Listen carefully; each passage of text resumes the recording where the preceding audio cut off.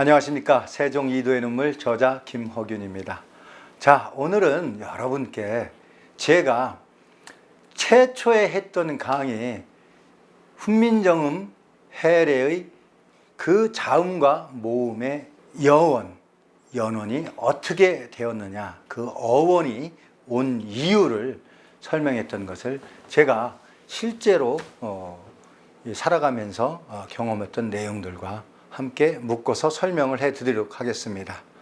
자, 그러면 제가 훈민정음 해례를 설명하면서 손가락을 들어서 목화투금수 음양오행론에 대한 칠정산과 그리고 천문유초에 대한 얘기를 했습니다. 즉 세종대왕이 당시에 천문학자인 이순지를 영의정으로 하시고, 그리고 수리학자의 최고의 천재 수리학자인 정인지를 좌의정으로 하시고, 그리고 음악에 통달하신 맹고불이 우의정을 하시고 혹은 좌의정을 하시고, 그리고 또 그 외에 장영실, 그 다음에 김빈, 이와 같은 천문 수리학자들, 과학기술자들을 기용을 했고 하는 얘기들을 제가 강의를 통해서 여러분께 전달을 해드렸습니다.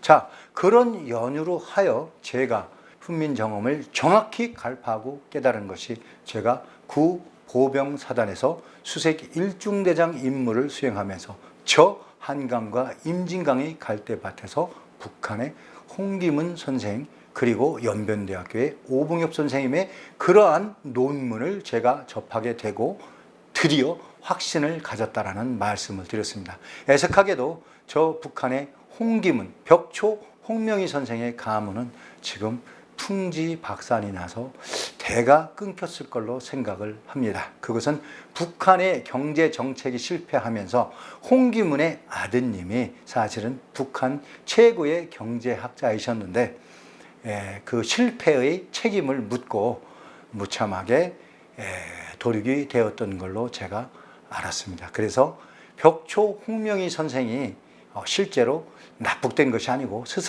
스스로 월북하신 걸로 저는 판단이 됐기 때문에 결국엔 그분이 택하신 길이 지금은 대가 끊기는 그러한 고충을 겪고 있지만, 저는 그 홍기문 선생의 논문으로 인하여 이 남한 땅에, 우리 대한민국 땅에, 이 조선 땅에 김원균이라는, 김허균이라는 이런 사람의 이름을 빌어서 훈민정음이 다시 살아났으니, 벽초 홍명희 선생께서도 아들 홍기문과 그 손자가 숙청이 되어 이슬로 사라진 것에 대해서 조금은 의안을 삼으실 거라고 생각합니다. 저는 제 의지가 그러함입니다. 세종대왕이 제 육신으로 화신하였다라고 저는 굳게 믿으면서 이렇게 훈민정음에 대해서 여러분께 정확히 알리고, 결국에는 이 훈민정음이 세상의 모든 소리와 모든 문자를 우리 말과 문자로 쓰여지게 하는 그러한 결과를 가져올 것이라, 그러한 열매를 맺을 거다라고 저는 자신합니다.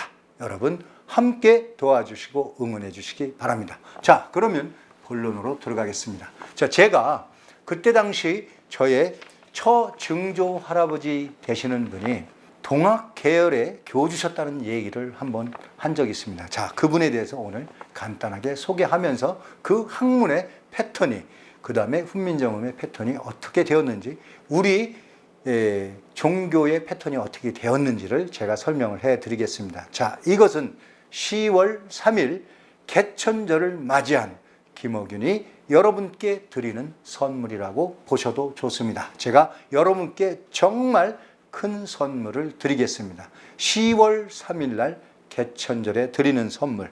자, 동학은 여러분들 잘 알다시피 수운 최재우 선생이 일으키셨다고 알고 있죠. 자, 수운 이전에는 그러면 어떤 분들이었을까요? 예, 맞습니다.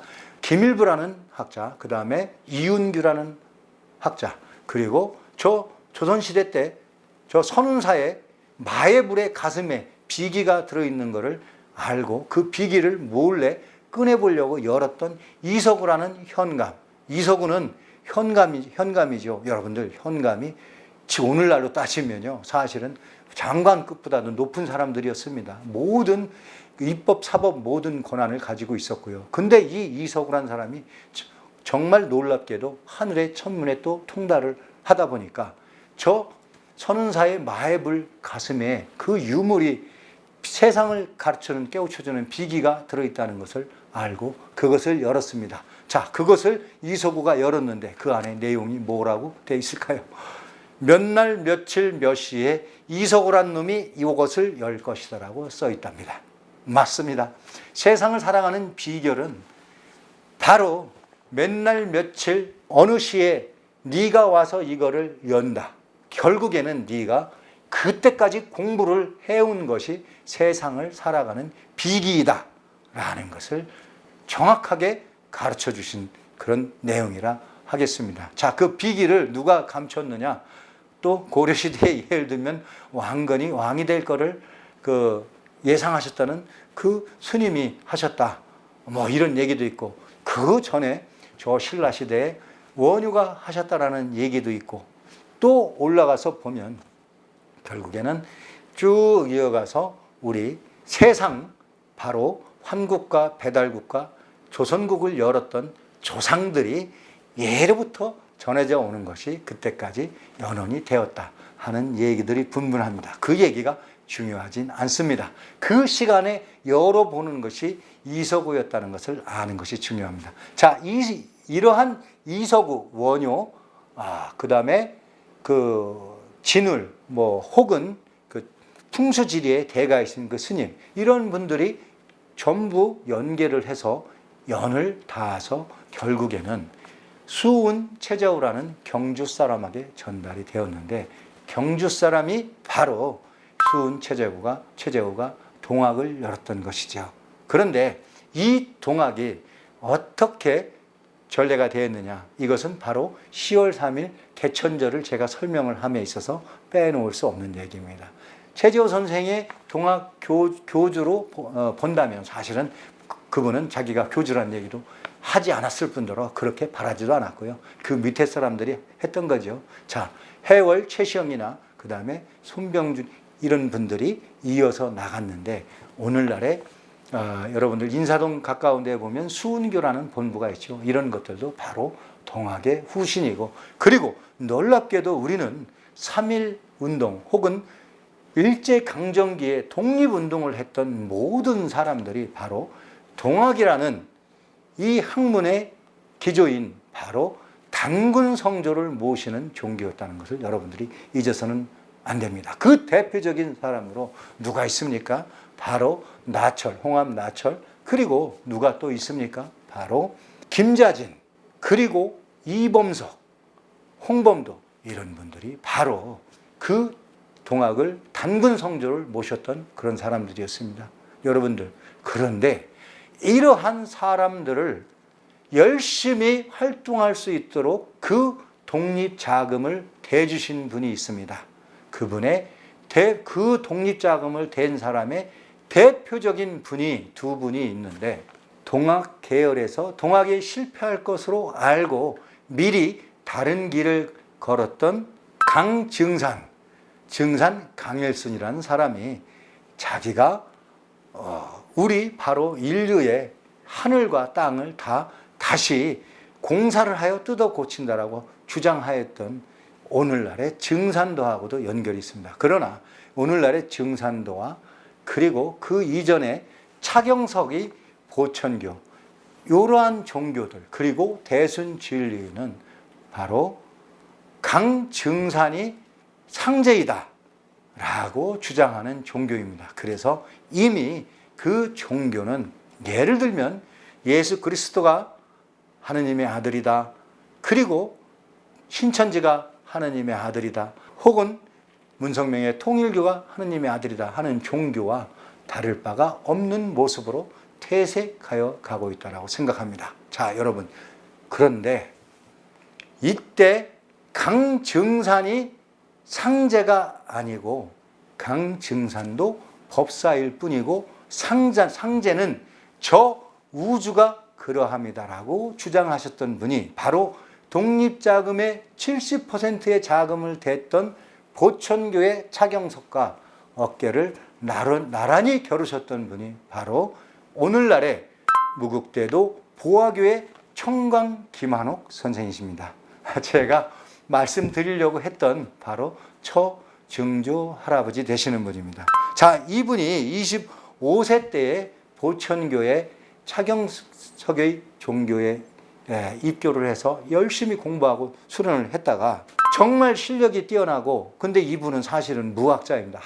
학문을 해본 적이 없는 분임에도 불구하고 보천교 600만 신도의 10손가락 안에 들어가는 그 지도자로서 역할을 하신 분입니다. 유일하게 무학자이셨던 청강 김한옥 선생은 결국 차경석이 본인을 천자라 하고 본인이 옥황상제라고 주장을 하는 바람에 그 사람과 결을 달리했던 거죠.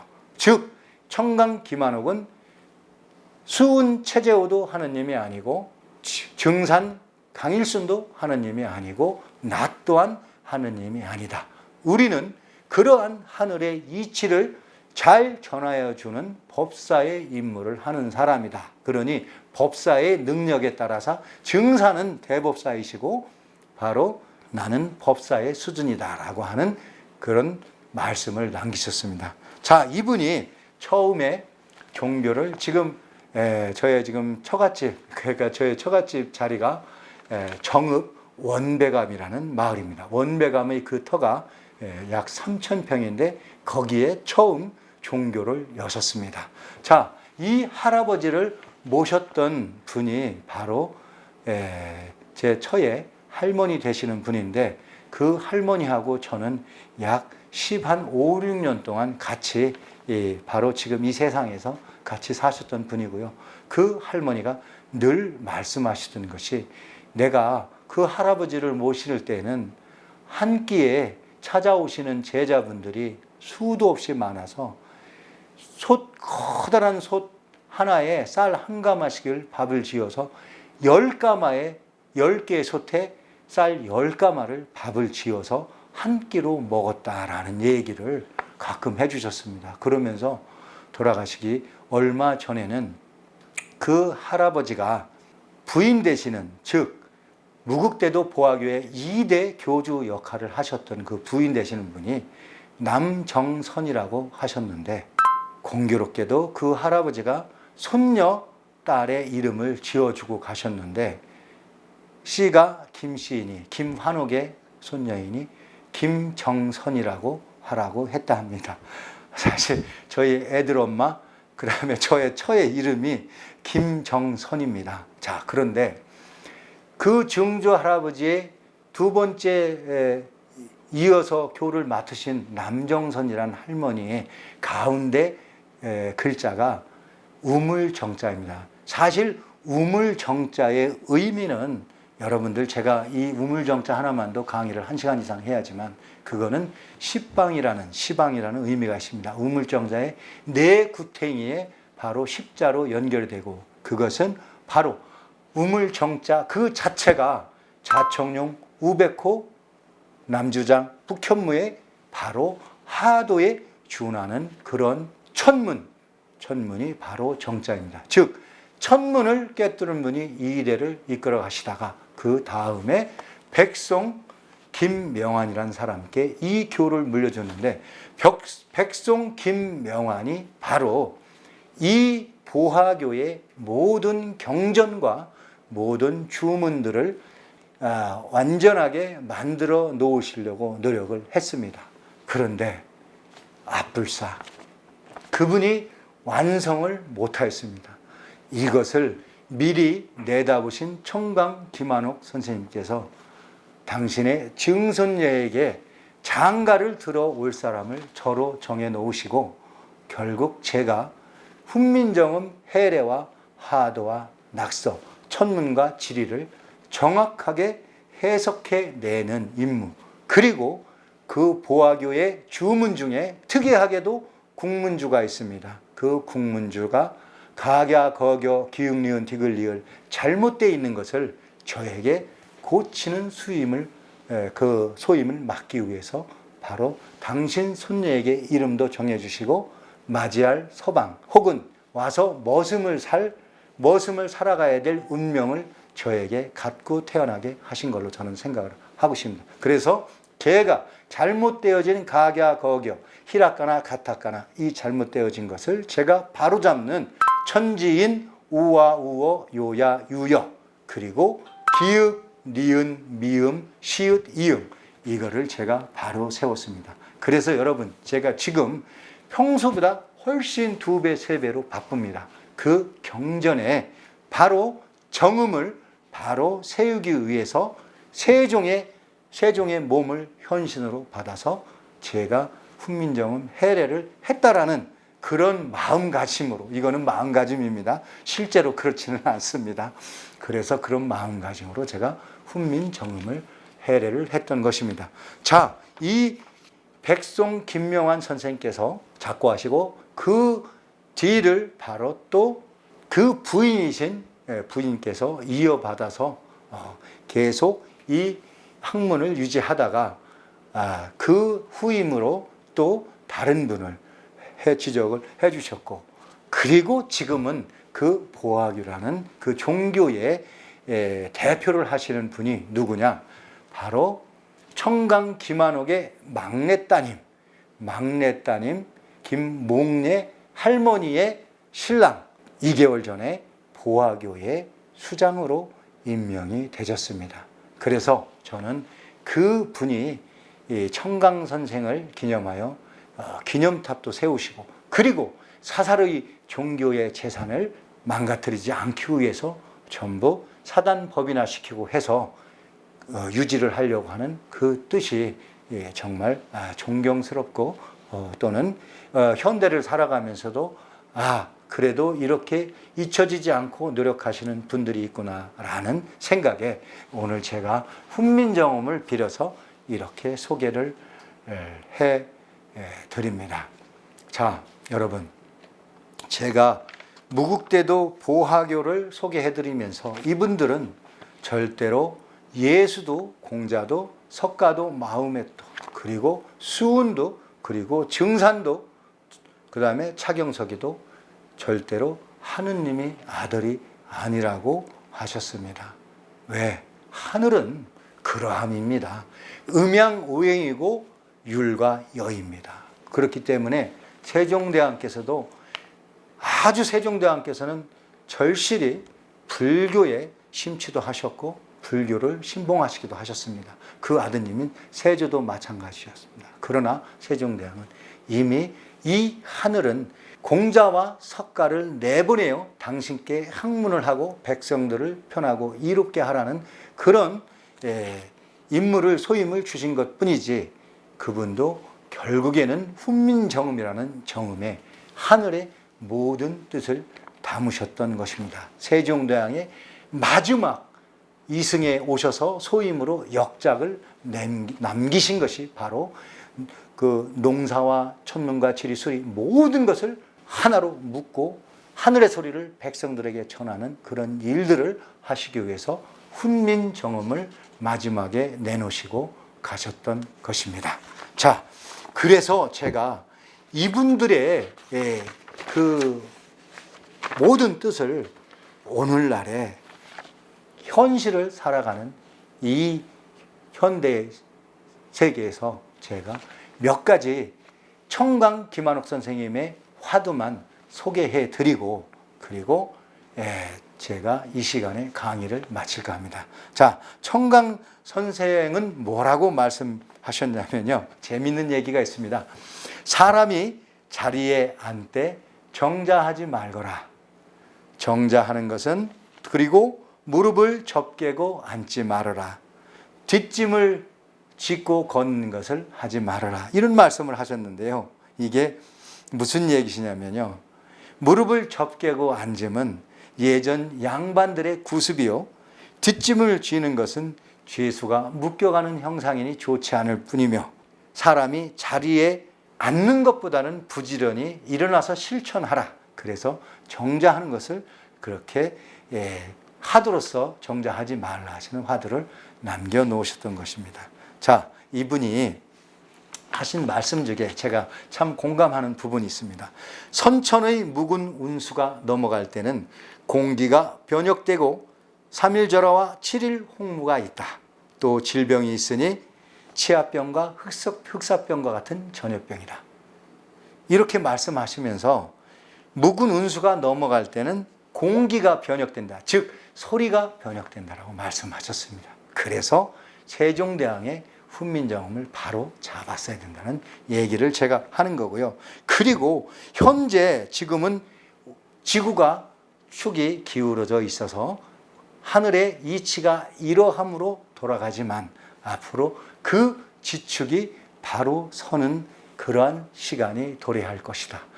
그런데 얼마 전에 일본에서 대지진이 일어났지요.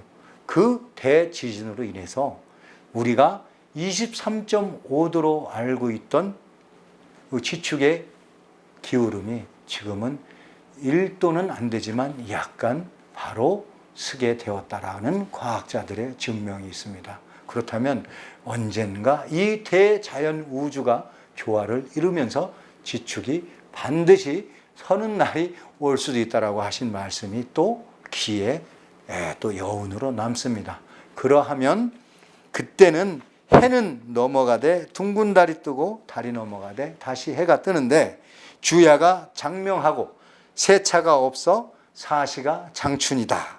1년은 12달 360일이요 한 달은 30일씩이다. 이런 말씀을 하셨습니다. 지금 뭐냐면 360일 주기가 다시 돌아온다는 말씀을 하신 거죠. 몇만 년 전의 얘기가 바로 360일 주기로 돌아왔고 그래서 한 달이 30일이었고 하는 그런 달력이 있었던 시절이 있다라고 제가 여러분들께 드린 말씀과 부합하는 얘기고요. 그리고 해중으로부터 모든 보물이 쏟아져서 제가 목수이지 않습니까? 앞으로는 호박으로 주춧돌을 삼고 산호기둥으로 석갈의 집을 짓는다. 즉 천지가 개벽을 한다는 뜻이겠죠. 그래서 저 바닷속에 있는 그러한 모든 재료들이 올라와서 바닷속에 있던 호박들로 오늘날에 우리가 궁궐과 한옥을 지을 때 주춧돌을 바위로 하지 않습니까? 그것을 호박돌로 그 귀한 보석돌로 궁궐을 짓고 그 위에 기둥은 산호초로 기둥을 세운답니다. 아주 기다려 볼 법한 그런 세상이지요. 그리고 하신 말씀이 지금 먹는 것은 우리가 곡식이 예를 들면 깨알은 작고 영양가가 풍부하죠. 근데 그러한 작은 깨알들이 앞으로는 쌀알이나 콩알만큼 커서 깨알 15개만 먹어도 끼니가 해결될 뿐더러 그 시대를 더 지나서는 먹지 않고 공기 중에 기운만 받아서도 살 수 있는 그런 시대가 오느니 키는 지금 사람보다 장대하고 크도다. 그리고 모든 사람들이 다 크다. 작고 적고 무지랭이들이 있는 게 아니고 모든 사람들이 크고 장대하고 하여 보기 좋을 뿐더러 얼굴은 둥근 보름달과 같고 또 생명은 좋은 공기로 인해서 못 살아도 300은 살아갈 거다. 이렇게 말씀을 하셨답니다. 그랬더니 옆에 있던 제자가 300살을 살면 600살을 살면 1000살을 살면 어찌합니까? 지구가 복잡해서. 자, 저 서양 사람들이 아브라함이 혹은 누가 몇 살까지 살았다 하는 얘기가 거짓이 아니니라. 그런 시대가 오니라. 그런 과정에서 앞으로 그런 시대가 올 터인데 자, 사람이 키가 장대하여 지금 즉 적어도 2m 70에서 3m 되는 키로 자라고 근데 가끔씩 거인 유골이 발견됐다 이런 얘기도 있지 않습니까? 그게 사실인지 아닌지 모르겠지만 그런 비슷한 얘기를 해 놓으셨고요. 그리고 수명이 너무 길다고 해서 걱정할 게 없다. 그때는 어떤 사람들이든 자식은 둘밖에 안 낳는데 하나는 아들이요 하나는 딸을 낳아서 그 음양의 조화를 맞추게 하느니라. 이렇게 또 말씀을 하셨다고 하는 겁니다. 그래서 이러한 이 인구가 살게 되는데 그러면 이 지구 땅덩어리가 너무 작지 않습니까?